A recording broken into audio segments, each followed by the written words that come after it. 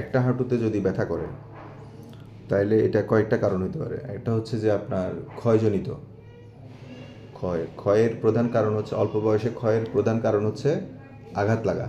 যেমন আপনার 10 বছর আগে সিএনজি থেকে পড়ে এই হাঁটুতে আঘাত খেয়েছিলেন। আঘাতে ভিতরে যে নরম হাড্ডি আছে, নরম হাড্ডি মানে কি, আমরা মনে করেন গরুর মাংস অথবা মুরগির মাংস খাওয়ার সময় একটা কুরকুরে হাড় যেটা পাওয়া যায়, আপনার কুরকুরে হাড় যদি ক্ষয় হয়ে যায় তাহলে আর্থ্রাইটিস হয়।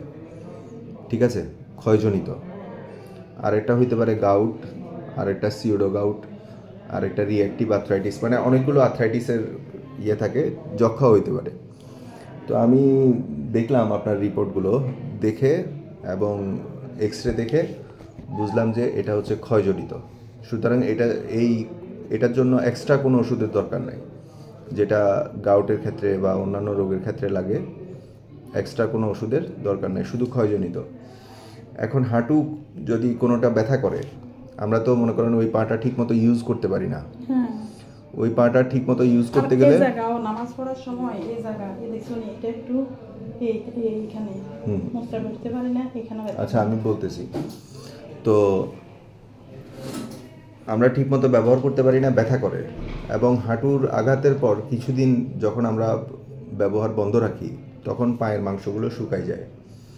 রানের সামনের দিকের মাংস, পেছন দিকের মাংস, তারপর হচ্ছে থোর, যেটাকে বলে রানের নিচে যে পায়ের পেছনে মোটা মাংসটা থাকে, এই মাংসগুলো শুকিয়ে যায়। তো আপনার ক্ষেত্রে যেটা দেখা যাচ্ছে যে মাংসগুলো শুকায় গেছে। এখন আপনাকে সুস্থ হইতে গেলে প্রথম লাগবে হচ্ছে, আপনি তো এখন কোন পাটা বেশি ইউজ করেন? ডান পায়ে। আপনার তো আঘাত ডান পায়ে নাকি? বাম পাটা বেশি ব্যবহার করেন, বাম পায়ের উপরে বেশি প্রেশার যাচ্ছে। তো এতে কি হবে, আপনার ডান পাটা তো এমনি ক্ষতিগ্রস্ত, বাম পাটাও দিন দিন যত বেশি ব্যবহার করতে থাকবেন এত ক্ষতিগ্রস্ত হতে, এক সময় দুইটা হাঁটু সমান সমান ক্ষতিগ্রস্ত হয়ে যাবে। আমার কথা বুঝছেন? এখন এটা থেকে বাঁচতে গেলে আপনাকে কি করতে হবে, মাংসগুলো, সবগুলো মাংস, দুই পায়ের রানের মাংসগুলো সমান সমান সাইজে নিয়ে আসতে হবে, সমান সমান শক্তিতে নিয়ে আসতে হবে। এবং হাঁটার সময় চেষ্টা করতে হবে যেন দুইটা পা ঠিক নর্মালভাবে ব্যবহার করা যায়।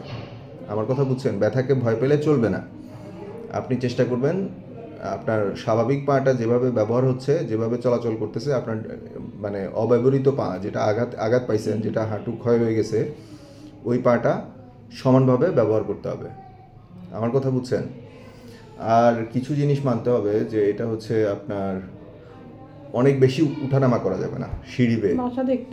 হ্যাঁ, সিঁড়ি বেয়ে ওঠানামা করা যাবে না। এতে স্ক্র্যাচ, হাঁটুর ভিতরে ঘষা বেশি লাগে। গ্রাউন্ড লেভেলে হাঁটলে ভালো আর কি।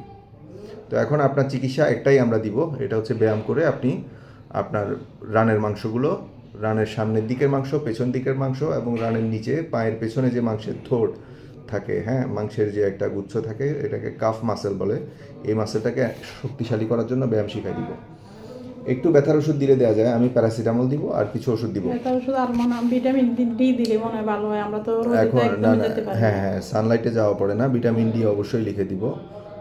তো সবচেয়ে বড় কথা হচ্ছে চিকিৎসা এটাই, ঠিক আছে? আর এমনি আসেনি আমার অন্য কোনো সমস্যা? না, চেষ্টা করছি দেখতে যে আপনার হাঁটুর রোগটার জন্য কি কি কারণ থাকতে পারে। সবগুলো কারণ নর্মাল, সবগুলো রক্তের রিপোর্ট একদম ফ্রেশ, নর্মাল। শুধু হাঁটুটাতে ডায়াবেটিসের কোনো আশঙ্কা নাই তো? হাঁটুতে ক্ষয়, যে হাঁটুতে ভালোই ক্ষয় আছে।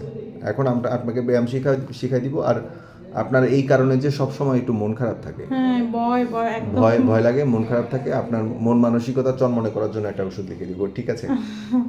ওকে, আল্লাহ হাফেজ।